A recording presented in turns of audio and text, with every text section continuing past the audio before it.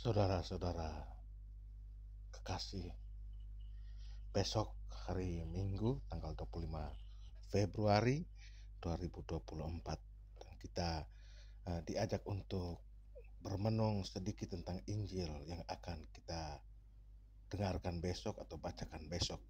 Injil besok diambil dari Injil Markus bab 9 ayat 2 sampai 10. Kita tidak membaca keseluruhan Injil, tapi kita mengambil satu perikop, satu ayat yang kita rasa penting untuk kita renungkan pada kesempatan ini. Teks itu kita ambil dari Injil Matius bab 9 ayat 2 sampai 3. Mari kita mulai.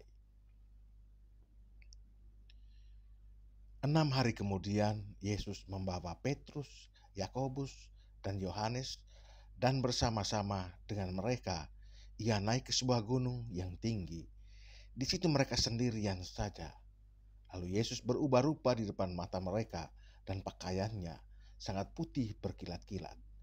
Tidak ada seorang pun di dunia ini yang dapat mengelantang pakaian seperti itu. Demikianlah Injil Tuhan. Terpujilah Kristus. Saudara-saudara, dalam teks tadi kita dengar 6 hari kemudian, 6 hari telah lewat. Dan hanya dalam jangka waktu 6 hari sebelum peristiwa transfigurasi yang mulia itu, Yesus membicarakan untuk pertama kalinya kepada murid-muridnya penyaliban dan kematiannya yang akan datang. Selanjutnya Yesus mengajari para murid bahwa anak manusia harus menanggung banyak penderitaan dan ditolak oleh tua-tua, imam-imam kepala dan ahli-ahli Taurat, lalu dibunuh dan dibangkitkan sesudah 3 hari. Lantas Petrus menolak informasi ini dan ia sulit menerima berita dan wejangan dari Yesus tentang penderitaan ini. Yesus segera menegur Petrus karena penolakannya untuk menerima ajaran profetis ini, dan lebih lanjut menjelaskan bahwa barang siapa mengikuti aku, ia harus menyangkal dirinya, memikul salibnya, dan mengikut aku. Markus bab 8 ayat 34. Para murid kemudian mempunyai waktu 6 hari untuk diam dan untuk merenungkan, untuk merefleksikan nubuatan Tuhan Yesus sebelum menyaksikan transfigurasi atau perubahan wajah Yesus yang berkilau-kilauan. Adakah suatu ajaran Tuhan Yesus Kristus yang sulit kita terima secara pribadi dalam hidup kita, saudara-saudara? Mungkinkah ada suatu ajaran yang terasa sukar untuk kita terima? Jika ya, kemungkinan besar hal itu berkaitan dengan panggilan Tuhan kepada kita masing-masing untuk kita pikul salib dan ikuti Dia. Salib Kristus datang dalam berbagai bentuk sepanjang jalan hidup kita.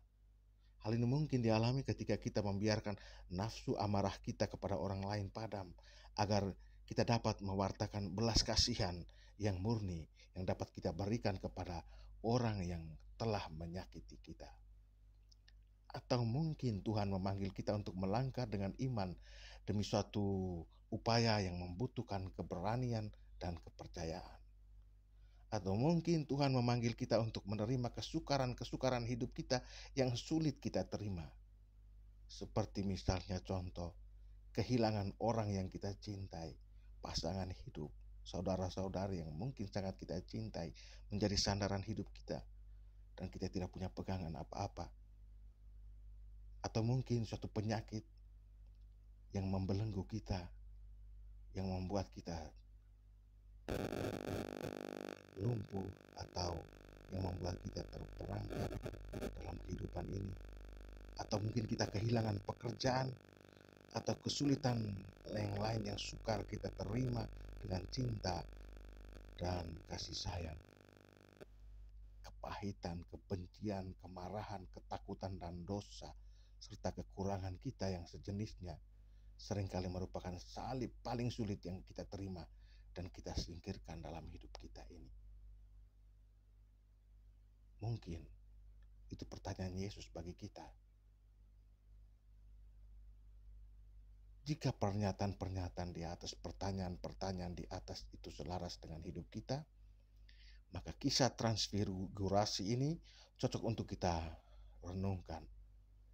Setelah 6 hari, setelah Yesus memberikan waktu 6 hari kepada murid-muridnya untuk diam dan merenungkan berita yang sulit tentang datangnya salib, Yesus memberi mereka harapan dan inspirasi melalui visio transfigurasi, suatu penglihatan sakral, suatu penglihatan terhadap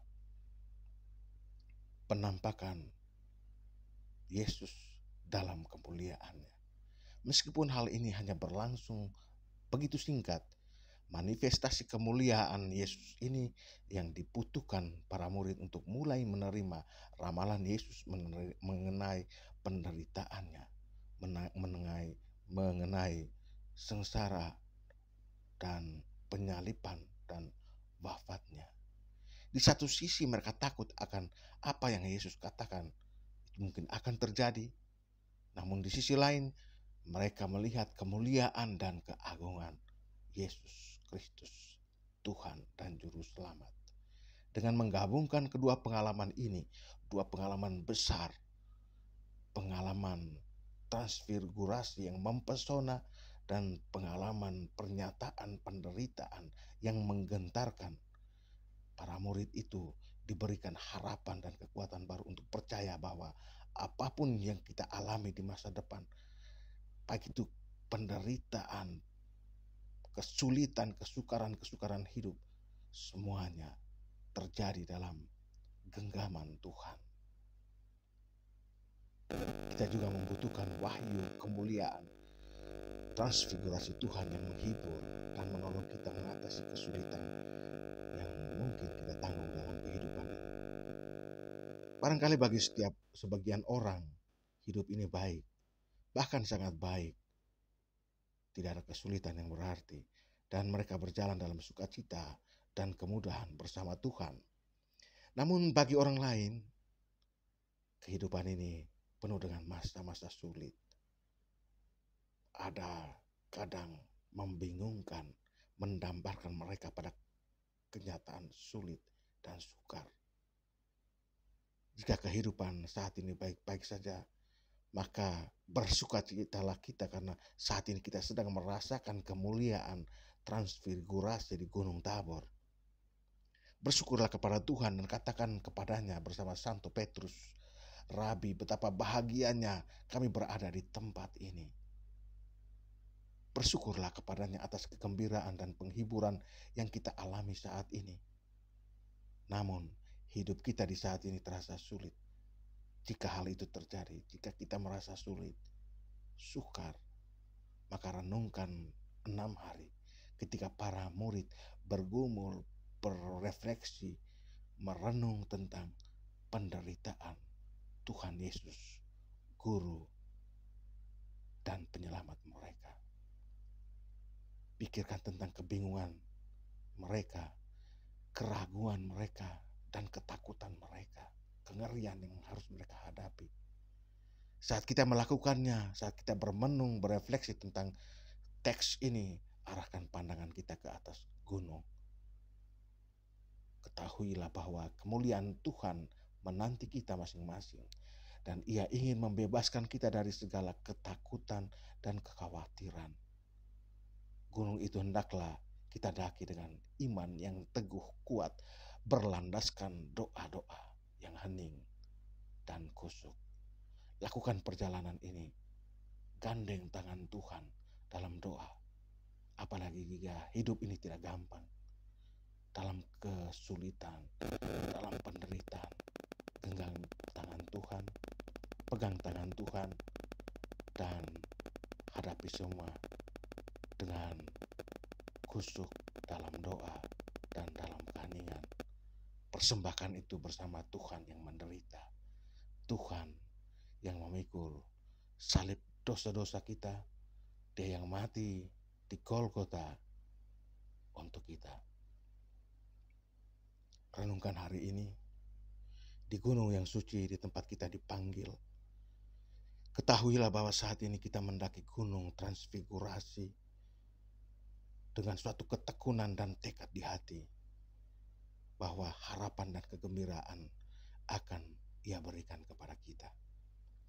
Berdoalah memohon kemampuan untuk percaya kepada Dia, Tuhan, yang tidak hanya mati dalam suatu kengerian salib, namun juga yang bersinar dalam kemuliaan selama-lamanya.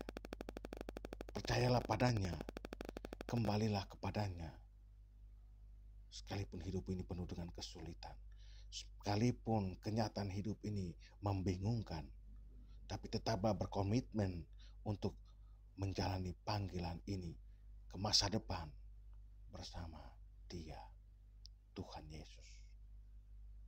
Mari kita berdoa.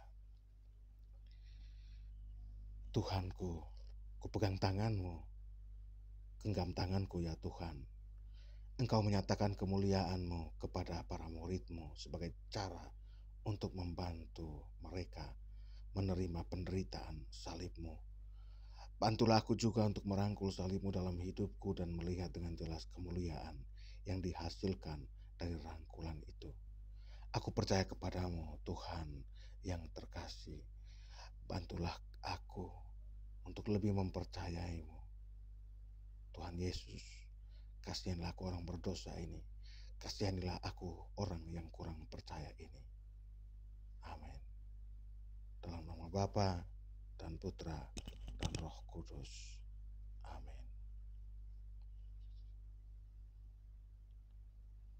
Demikian kita telah tiba pada akhir renungan. Semoga bermanfaat bagi sama saudara-saudari yang mendengarkannya, mempersiapkan hati untuk hari Minggu ini, mendalaminya dalam kasih kepada Tuhan, dan selamat berakhir pekan, berkat untuk saudara dan juga semua anggota keluarga, sanak, sahabat dimanapun berada. God bless you all.